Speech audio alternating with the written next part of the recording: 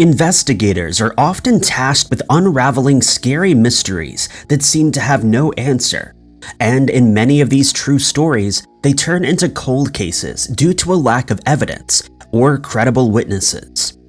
Many of these unsolved mysteries have remained dormant for decades, despite the best efforts of everyone involved to bring closure to the victims' families and friends. The sad truth is that some unsolved cases are destined to become yet another unsolved true crime statistic. Number 5. The scary mystery of the cold case of 22-year-old Betsy Aardsma from Holland, Pennsylvania, is one that has remained unsolved for more than half a century, and it all began after she had enrolled at the Penn State University in October of 1969. At the time, Betsy had been under a lot of stress as she'd fallen behind on an English paper, and she'd planned to meet with her professors on Thanksgiving Day to ask for advice on what she needed to do to complete it in time. The previous evening, she'd met with David and his roommates before returning to her dorm room. On the 28th of November, Betsy and Sharon left the dormitory together, but went their separate ways as Betsy was planning to visit the university's library to do research for her paper. They did, however, make plans to meet up again later that afternoon to see a movie, either Easy Rider or Take the Money and Run. At around 4 p.m., Betsy informed one of her professors that she was planning to visit the Stack building, and shortly after, she spoke with two of her friends, Linda Marsa and Robert Steinberg.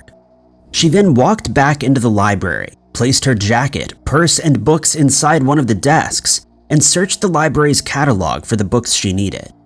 She then proceeded to the Level 2 core stacks at about 4:30 p.m., where she was seen by Assistant Supervisor Dean Brungert.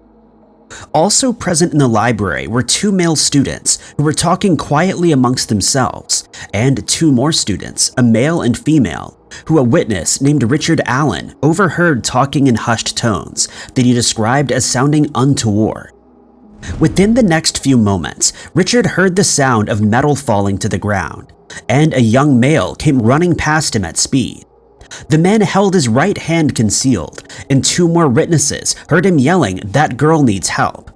He then pointed towards the area where Betsy had been standing, and they realized that the sound they had heard was caused by Betsy as she fell and pulled books off of shelves while knocking some of the metal shelves loose. It dawned on them that she'd been attacked with a blade, and one of the witnesses attempted to help her by performing first aid.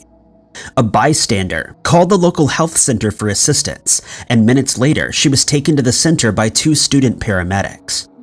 Unfortunately, the medical students were under the impression that Betsy had merely fainted or had a seizure, since she was wearing a red sleeveless dress over her sweater, and she passed away at the medical center at 5:19 p.m. In the weeks following the scary mystery, hundreds of students were questioned by 35 troopers, with the only leads coming from two witnesses who described the man that they'd seen running from the building as wearing khaki slacks, a tie, and a sports jacket. One of the witnesses added that he was around 6 foot tall, with well-kept brown hair, and weighed around 185 pounds, possibly wearing glasses. Another witness told investigators that when the man ran from the building, he gave chase but was unable to catch up with him. The campus was thoroughly searched for the blade, but without success, and a $25,000 reward was offered for information that would lead investigators to the culprit. A composite sketch of the killer was created thanks to information from two of the witnesses, but this yielded no results. Over the course of the next few years, investigators followed up on several leads and interviewed hundreds of potential witnesses, but to no avail. The weapon that was used was never found, and no suspect was ever charged with the crime. Betsy's scary mystery remains unsolved to this day, but the incident played a major part in the creation of a university police force at Penn State in the early 1970s. Number 4. In 1988, 28-year-old Julie Ward was working as a publishing assistant and wildlife photographer from her hometown of Bury St. Edmunds, which is located in the United Kingdom. Later that year, however, she traveled to Africa on a photographic assignment, and she was scheduled to return to the UK after about 7 months. But unbeknownst to her, She was about to become the subject of a scary mystery that remains a cold case to this day. In September of that year, Julie traveled to Masai Mara Game Reserve. She was accompanied by an Australian friend, a doctor named Glenn Burns, but on the 5th of September, they started having trouble with their Jeep. As the vehicle kept breaking down, Burns went back to Kenya, while Julie stayed at the Mara Serena Lodge. The Jeep was successfully repaired the next day, and Julie collected it with plans to drive to Sand River Camp, which was located nearby. Her plan was to collect some camping equipment that had been left there, but that was the last time she was seen alive.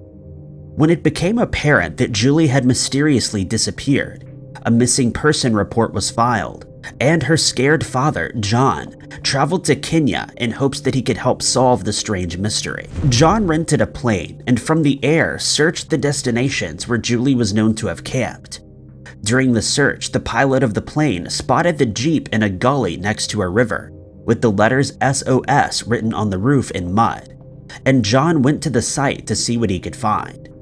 Unfortunately, he stumbled upon Julie's remains in the ashes of a fire, dashing his hopes that his missing daughter would ever be found alive. In the investigation that followed, Kenyan officials had two strange theories. Julie either succumbed to a random lightning strike or a pride of lions. After an independent investigation by Julie's father found otherwise, Kenyan officials were forced to accept that neither of these explanations were true. It was an unsolved crime. They admitted that her life had been ended by someone who tried to cover their tracks by burning the evidence. Over the next few years, John made over 100 trips to Kenya to aid in the investigation, and the endeavor caused him to spend $2.3 million. He stated that he believed the Kenyan government was attempting to cover up his daughter's unsolved missing person case because they were afraid mysterious disappearances like this would have a negative impact on tourism. He also accused the chief pathologist, Dr. Jason Kavidi, of altering his forensic findings to indicate a wild animal was responsible.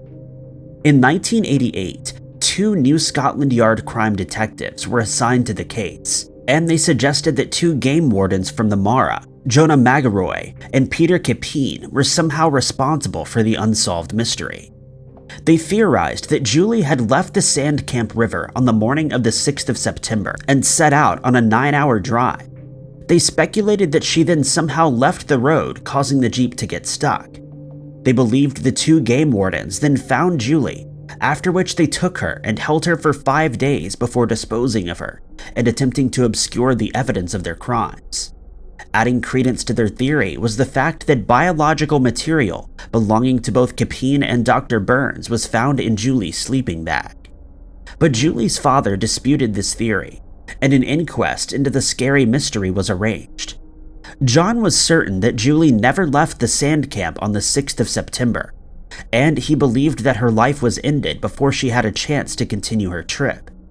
He believed that investigators needed to focus their attention on the Mara's head game warden, who had informed the Mara headquarters when her missing remains were finally found. However, the inquest that was held recommended that the 2 rangers, Magaroy and Kipeen, be prosecuted for the crime.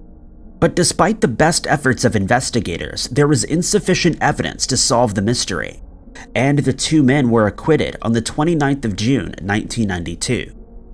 Just over a year later, Makala was arrested and charged, but he too was acquitted, again due to a lack of evidence, leaving the case unsolved. In 2008, John used the Freedom of Information Act to view a 2004 report on the incident, which had been prepared for investigators in Lincolnshire, England.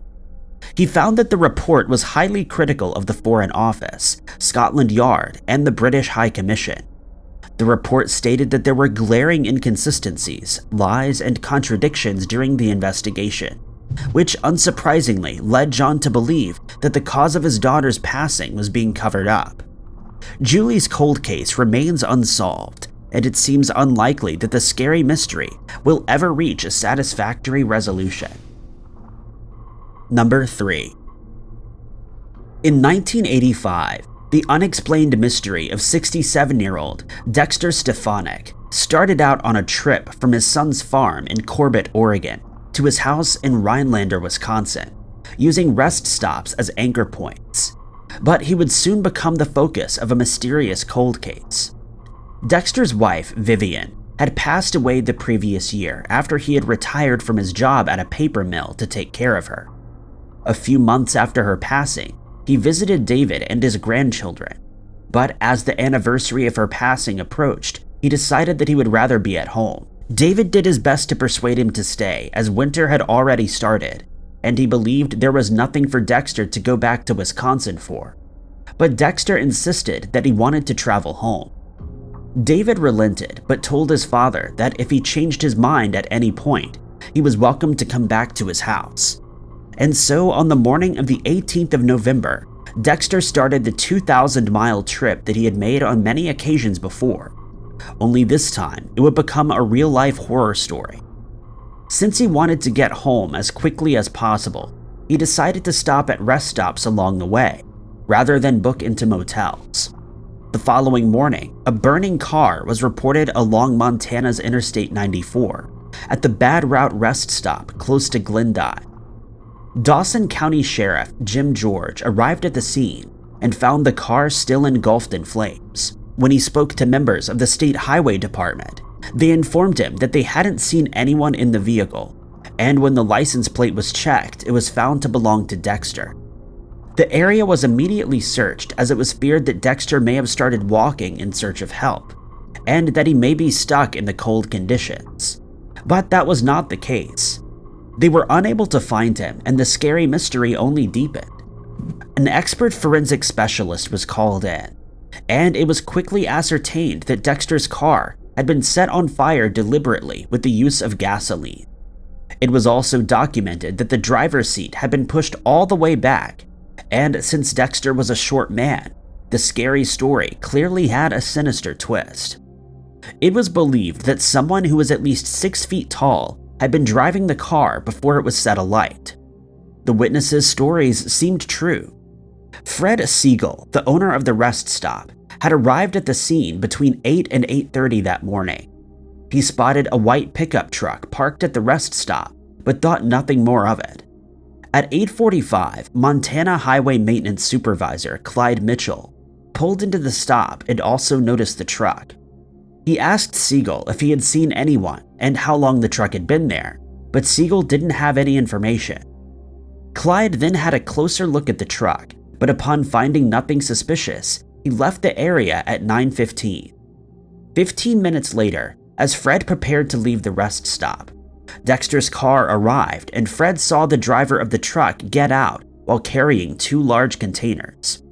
He asked if the strange man needed help, but he said he just needed to get some gas. He would later describe the man as around 6 feet tall, between 35 and 49 years old, with a light complexion and a clean-shaven face. Less than 30 minutes later, Dexter's car was on fire, but the mysterious man had disappeared. Dexter's whereabouts remained an unsolved mystery for nearly 4 months, until the 8th of March, when a couple, Bill and Cindy Shaw, went to a landfill 17 miles from the rest stop to dump their trash. Cindy noticed a wallet lying on the ground and found that it contained a driver's license. They also noticed other items that hadn't been there on their previous visit, and Bill spotted a man's boot. When he picked it up, he realized that he'd stumbled upon a missing person who was simply gone. Dexter was identified thanks to his dental records, and forensics showed his end had come from the end of a barrel. When his missing suitcase was found, it contained Dexter's money, and so robbery was ruled out as a motive, and the scary mystery intensified. A week later, another clue was found at the rest stop in the form of graffiti that had been written on the men's room wall. It read, "Hot Jock shot Wad from Wisconsin, 11:85, Saturday the 3rd. However, since it was found a week after Dexter was found, it's possible the unexplained event was done as a hoax. Sheriff George believes the person responsible had approached Dexter to ask for a ride or gas money. Since Dexter was hard of hearing, it's possible that he failed to get his attention, and thinking he was being ignored, the suspect flew into a fit of rage and ended his life. The sheriff believes that he then returned to the rest stop to set fire to the vehicle. But this is all mere speculation, scary local stories rather than a true explanation. And the mystery remains an unsolved cold case to this day. Number 2. The true crime story of the strange passing of Stephen Melky, a 44-year-old man from Mishawaka, Indiana, occurred on the 22nd of December, 1939. And to this day, his cold case remains unsolved. On that day, 29-year-old William Joyce was traveling along US Highway 20 when a man suddenly stumbled directly into the path of his car. He did his best to swerve out of the way, but due to the snowy conditions, he was unable to miss him. He got out to help, but upon realizing the man needed medical treatment, he drove to South Bend to find a phone. He contacted the police, who arrived at 3:30 a.m. And to their surprise, they found that the man's hands were mysteriously tied behind his back. The person was also missing one of his shoes. His eyes and mouth were covered in surgical tape, and when the tape was removed, they found a handkerchief with lipstick stains lodged in his throat. The man would ultimately be identified as Stephen Melky. Stephen never regained consciousness, and he passed away en route to the hospital without ever giving any information. However, investigators were able to follow Stephen's footprints in the snow, and they found that he had been dropped off about 140 feet from the spot where he was struck. They also found that his ankles had been bound at some point, but he managed to free them before making his way through a wooded area where he lost his shoe in a culvert. He then sat down for a short while before stumbling onto the highway. A second set of footprints was found in the culvert, and it seemed likely that his attacker had guided him towards the road. When investigators traveled to Stephen's house, they spoke to his 3 sons, who had last seen him the previous evening at around 11 p.m. They added that their father had been studying that evening, as he was planning to become a foreman at the Mishawaka Rubber and Woolen Manufacturing Company where he was working. A search was conducted, but the house yielded no further clues. There were no signs of a struggle.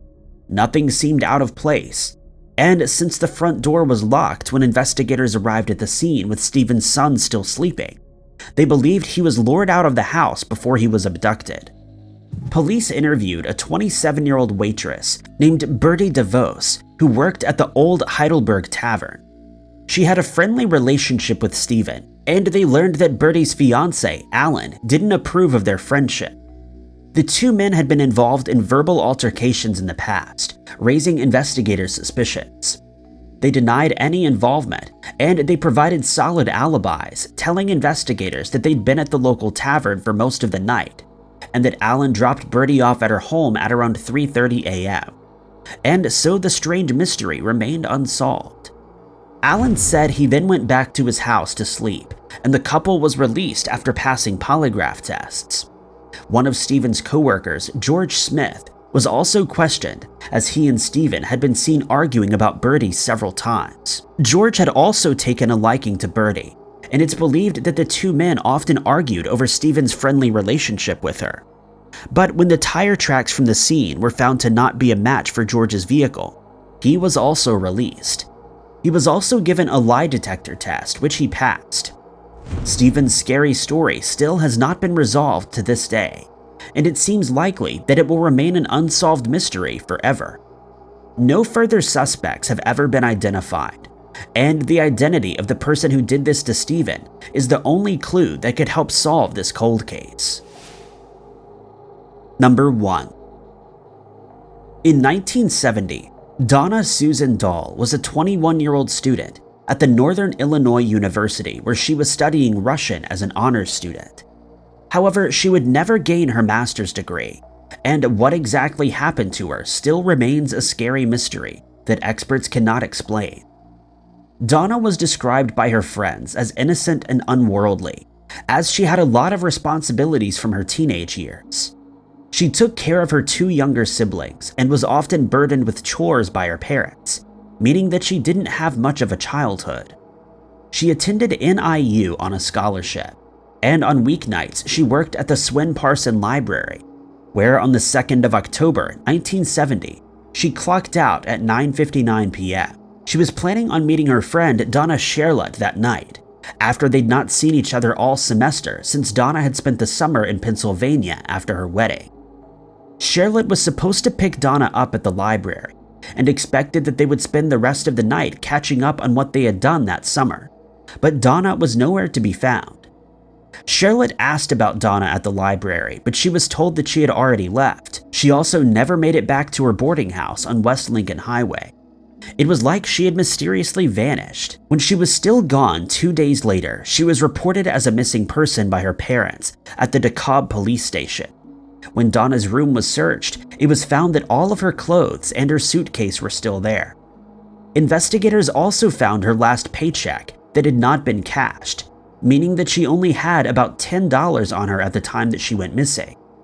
They then learned that Donna had started a relationship with a man in Pittsburgh, Pennsylvania, who she had met the previous summer at Eastern College.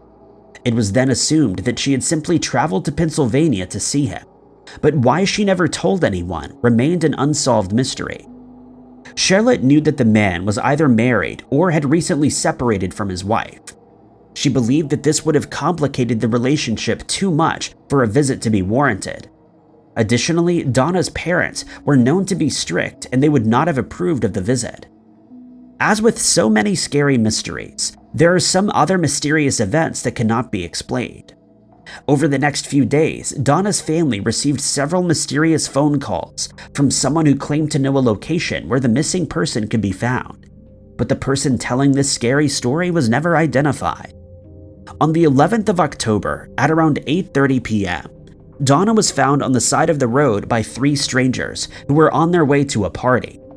They had driven to Nelson Road to retrieve a case of beverages that they had hidden in the area a week earlier. As they walked through an area with tall grass, they spotted the missing person under a tree. They returned to their car and drove to the DeKalb police station, where they reported the missing person to police officers, who followed them back to the scene. Donna was fully clothed, though both of her shoes were missing when she was found. It was noted that she was wearing a jacket, though it was not the same one that she was last seen wearing. Despite a search of the area, her shoes, coat, and purse were never found.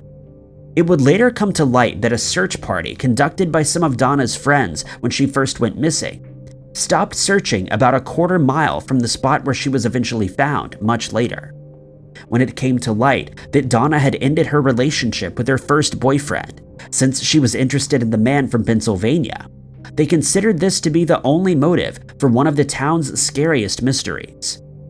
Adding fuel to this theory, Charlotte told investigators that Donna's first boyfriend was known to be possessive and that he lived close to Nelson Road where Donna was found. When he was questioned about the missing person case, investigators noted that he was surprised to be considered a suspect. When he was informed that he was indeed a suspect in a true crime mystery that they wanted to have solved, he attempted to take himself out permanently.